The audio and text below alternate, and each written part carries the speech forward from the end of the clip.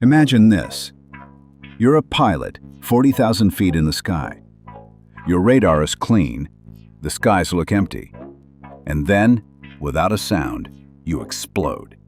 You never saw it coming. You never had a chance. This is not science fiction. This is the F-35 Lightning II, the $1.7 trillion jet that dominates the sky. This is more than just a plane. It's a flying computer, a ghost in the sky, a hunter that kills before it's even detected. And by the end of this series, you'll understand why the F-35 isn't just a fighter. It's the future of war. Let's rewind.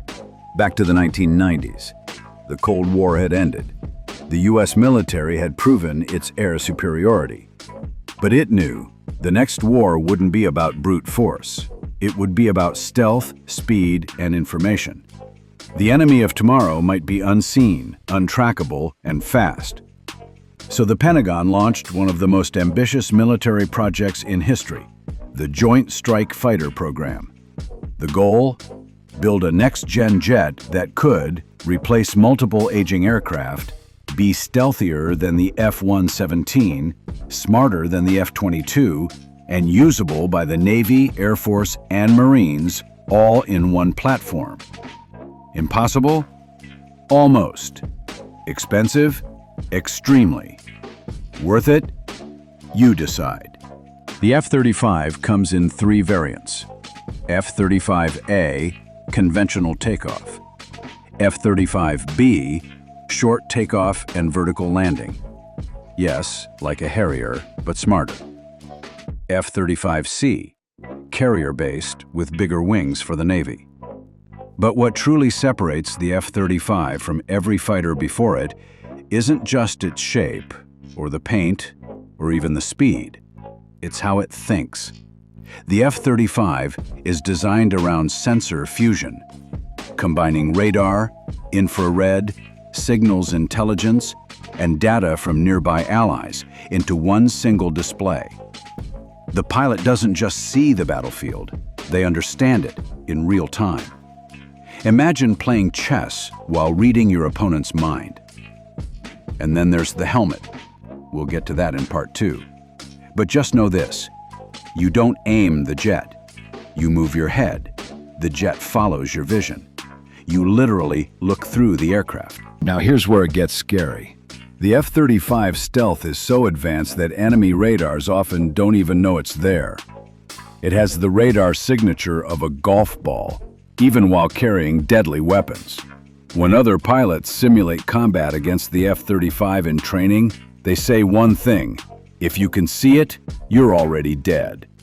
That's not a cool line, that's a hard-earned truth from F-16 and Eurofighter pilots who've gone up against it in red flag exercises. In one drill, an F-35 pilot reportedly killed 5 fourth-gen jets before any of them even locked on. What if you could fly a machine that sees through walls, hears across the battlefield, and even predicts your enemy's next move? The F-35 doesn't just fly, it thinks, it learns, and it kills before the enemy even knows it's there. This is not the future. This is now. The F-35's HMDS, helmet-mounted display system, is like something out of Iron Man. It costs over $400,000 per helmet. It projects 360-degree battlefield data directly onto the visor. It tracks head movements, eye position, and even lets pilots see through the jet using external cameras. Imagine this. You're flying over a combat zone. You glance down, and instead of seeing the cockpit floor, you see the ground below. Enemies, tanks, heat signatures, all tracked, all highlighted. This isn't just a HUD, it's virtual reality in real combat. And if the pilot turns their head, the targeting system follows their eyes. Missile locks, laser guidance, all controlled by where you're looking. The F-35 pilot isn't flying a jet, they're wearing a battlefield supercomputer. The F-35 doesn't just collect data, it fuses it. Radar, infrared search and track, signals intelligence, communications from other aircraft. even naval or ground forces. All of it flows into the cockpit, not as raw data, but as a single, intuitive picture. Pilots don't have to analyze. The jet already did it. They know where every enemy is, where friendly units are, what threats are incoming. It's like giving a chess player X-ray vision of the board and knowing what your opponent will do before they move. This system is so advanced, other jets in the squadron rely on the F-35 as their eye in the sky. In a multi-jet mission, the F-35 is the brain. Most fourth-gen jets rely on sharp angles and radar-deflecting paint. The F-35? It's a whole different beast. It has a low observable profile with minimal heat, noise, and radar emissions. Internal weapons bay to avoid radar reflection. Radar-absorbing skin that doesn't just deflect, it absorbs signals. And here's the kicker.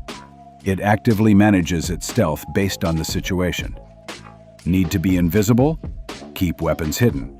Need to fight? Open bays, fire missiles, and disappear again. Some call it adaptive stealth.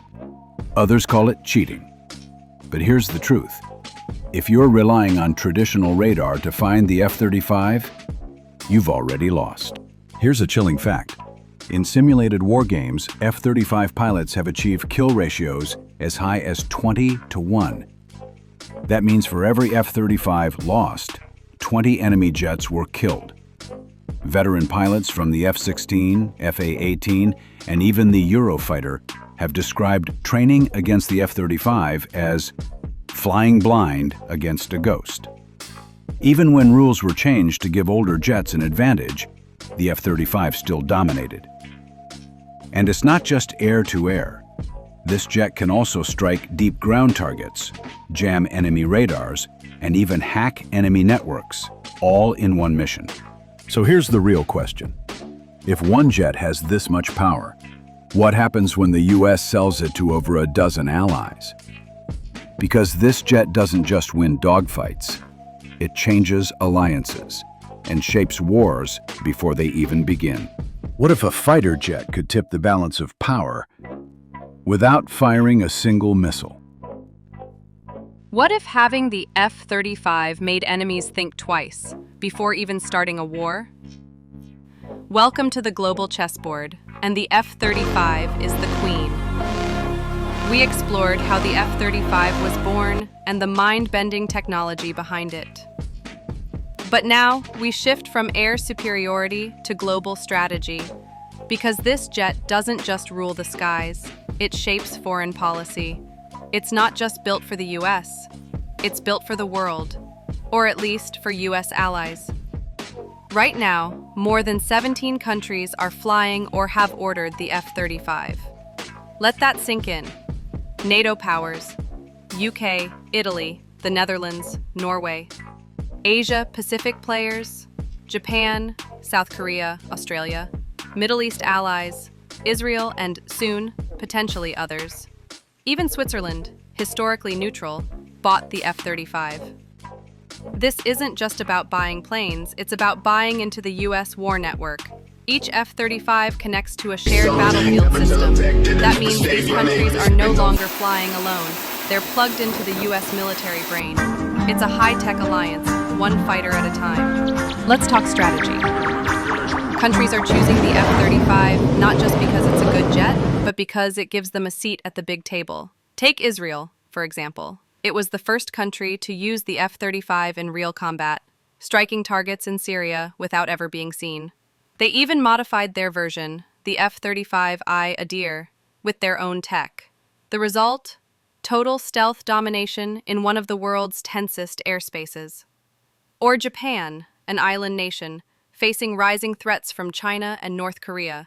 Their F-35 fleet is growing fast, and they're even turning ships into F-35 carriers.